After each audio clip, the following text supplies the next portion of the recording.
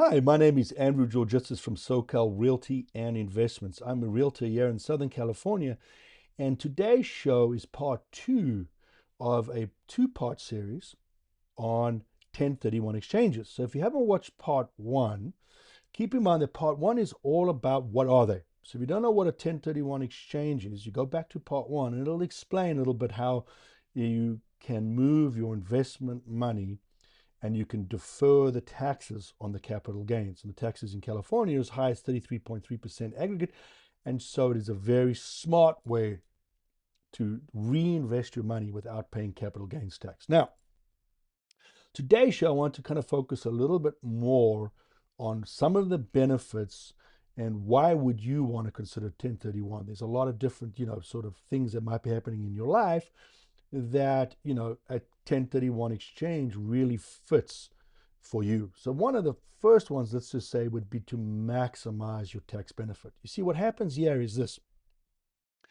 When you buy investment in property, let's say it's $1 million property, you can depreciate that property over 27.5 years. So you're cruising along and you're depreciating the property. And now that depreciation allows you to have a write-off against the rents that you're receiving. So let's say you're receiving $100,000 rent and a year annually, and $50,000 of it is depreciation. And we can go into what the depreciation is. Of course, it's of the land improvements. You can't depreciate the land, but you can depreciate all the capital improvements on that land. So let's say you have a commercial property and you own, warehousing on that, and you've put up buildings and structures and da da da. And so you're able to depreciate that over 27.5 years. And so you're able to write off that depreciation against your income. So you're only paying income tax on the 50,000 of the 100,000. The other is being written off or is being nullified by the depreciation. Well, let's say after 25, 26 years, you're starting to come to the end of that ability to write off the depreciation. So you're like, ooh, next year, all 100,000 will be taxable. Now might be a good time to do a 1031, because if I do a 1031 now and I take that $1 million building and I sell it and I reinvest in $1 million building plus one, it's always a million plus one, 1031 exchange. Well, guess what? I get to rewrite off that whole building for 27.5 years against its rents. And so if I was simply to take my $1 million investment in this warehouse, buy $1 million investment in that warehouse, do a 1031 exchange for $1, all 25 years that I've been writing that depreciation off goes away, and now I get a new 27.5 years of depreciation on the new building, and I can write that off against my revenue. And so I keep that $50,000 income, and I don't pay taxes on the other 50,000. So it's a big tax benefit, right? Now, of course, there's a lot of other little things like, if I bought the building for 100,000 and now I'm, the cost basis and all that kind of stuff. But in the end of the day, yes, 1031 exchanges are a deferment, but just the simple fact that you are able to move, and this is only if your 27.5 years is going to run out, now is a good time to consider 1031, because you can reset that depreciation. So that's somebody who should be thinking about this. Another one that around here, especially in California, with all the HOAs going crazy, all right, and the special assessments and that. Let's say you were younger and you bought a condo, and the condo was $400,000. And then at some point, a few years down the road, 6, 7 years down the road, you and your wife decide, hey, you know what, it's time to move out the condo. Let's go get a house. And instead of selling the condo, we'll rent it out and get some revenue. So you start renting out the condo, and now you're generating revenue, and you're writing off the depreciation from the condo. So that's kind of nice. The revenue's not counting totally against you. You know what I mean? Against your taxes. You're getting some depreciation from the condo, and all of a sudden HOA start going up, and now they're 800,000 or $800, and they were $400, and there's been some special assessments, and those special assessments are starting to wipe out your cash flow. Oh boy, now's a good time to get out of the condo, get out of that investment, and move it to a different investment. And that investment you can do through a 1031 exchange, and you can move, let's say, into single family rentals or multifamily rentals, or any one of these style uh, um, real estate investments. Okay, there's many. There's tenants in common, triple nets. I mean, there's a lot of different ones. But let's just say, but the idea is to get away from a very high expense property, something like a condo that's got high HOA fees that have just been going up every year, and you haven't been passing along to your tenant, of course, because they can only pay so much. And then worse and scariest of all, there's a $60,000 special assessment coming down the pipe. Now's the time to get out. You take that now property that's worth 6-7 years later is worth $1 million, and you can run off and you can buy 2 single family rental units, for example, in Temecula, generating, 6 and 6.5, 7,000 instead of generating whatever you're getting in your condo in San Diego. And at the same time, you've avoided paying that special assessment on those high things, and you're able to do a 1031 exchange, which means you're paying no taxes on the capital gains. And you get to reset your depreciation at that point. Although after 7-8 years, that's not a lot of depreciation and resetting, but it's still somewhat of a reset, of course.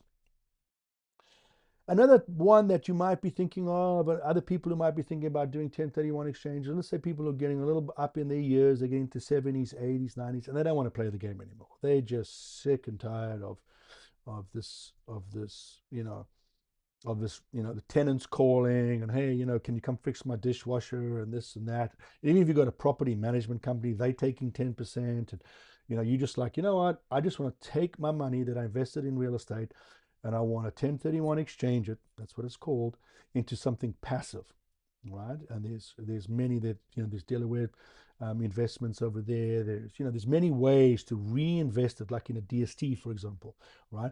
Where, yes, it's still considered real estate, and yes, it's passive income. It's not hands-on. They take care of everything.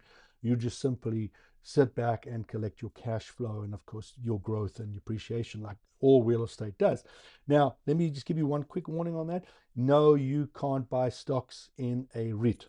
Okay, a REIT is another whole thing that people get involved with in a real estate investment situation, and then they sell stocks. No, you can't. It has to be in real estate, and like a Delaware statutory trust, or tenants in common situation, a TIC situation. Those are the types of situations you would need to get back into with your 1031. Now, there might even be a way that you are just saying, you know what, I just want to consolidate. I've got 20 rentals and I'm sick and tired of dealing with 20 rentals and I want to consolidate them. Well, you don't have to go all in on just a piece of property. You can do one major property and then put the rest into your DST or your TIC. I mean, so there's many other strategies you can have. Okay, remember with 1031 exchange, it doesn't have to be like for like. You can go into anything. You can go buy land. I mean, it doesn't matter as long as the idea is that it is in investment property for growth and for return on your tax return. Okay. Another one that's a little bit more harder to understand is a cash on cash return. All right. What I mean by that is, remember that when you first got your investment and there was no growth yet, there was no appreciation of the property. Okay, you were getting rents of X based on your investment. Well, 10 years later, your investment might have tripled, but the rents haven't gone up accordingly. The rents have only, let's say, gone up by 1.5. So that difference, that equity difference between the original investment, let's say it was $1 million, and now it's worth $3 million, just giving you an example, and you're only collecting rents based on $1.5 million. There is $2 million worth of equity that you're not collecting the correct amount of rents or the correct amount of cash flow on. And so that's cash on cash. So a cash on cash return means basically you started out, let's say, getting 3% on your money. Now you're only getting 2% on your money because of that appreciation. So a lot of investors don't like that. They don't like to have, what started out to be $1 million investment is now worth 2 million or 3 million, and they're still only getting returns on their $1 million. Yes, it looks good on paper. Oh, look, I'm still getting my 3% on a million. But actually, if you take that over 2 million, you're actually getting 1.5%. So it's not, that $1 million equity, you're not utilizing the best. So doing a 1031 exchange at that point actually reinvigorates the cash flow back to the original amount of $2 million. And so now you take that 2 million, you've got two properties, a million each. And so now you actually got cash flow on that equity million that you weren't getting cash flow on. So that's a great reason to do a 1031 exchange. It's a little more intricate and stuff like that. Of course, there's a lot of times, partnerships are splitting up, and let's say you guys went into a property together, multi-unit property, and you got a partnership and an LLC, a multi-member LLC, and so you're now wanting to dissolve this partnership and sort of take your half of that money and reinvest it and move on, or take your half. And partnerships don't always see eye to eye. It could be husband wife, and it could just be investment partners. It could be you and your brother. It could be anybody. Partnerships have a tendency to dissolve. And so it's a good time to do a 1031 exchange. Now, of course, with an LLC, we have to be very careful with the IRS, because you cannot 1031 when you're in a multi-member partnership and you want a multi-member LLC and you want to split it. There's a little bit of tricks we have to do. We have to, sort of down your portion to a grant deed, and then we can figure out the 1031 later, because the 1031 has to follow the IRS number. So your LLC will have an IRS number, and so if it's a 10-member unit and all 10 members are getting out, that IRS number can no longer follow you. So we have to dissolve that LLC prior to doing a 1031. But that's the kind of stuff we can discuss later. Of course, a lot of people don't realize that you can actually rent to family members. Okay, so you can take an investment property, and let's say it was in I don't know, San Diego or whatever, and your kid is now getting set up in Arizona, and they want to they yeah either have a hard time paying rent, or you want to set them up in a rent easy situation, or just your family members look after your property better. I mean, there's a lot of reasons why you want to rent to a family member. Well, you can take your investment property, 1031 exchange it, and your family member can be renting to you. Now, of course, a lot of little rules. It has to be 70% of going rate and da da da da da. But at the end of the day, there's some benefit, or a lot of benefit actually, to your family members renting your investment property. And by doing a 1031 exchange, you don't lose any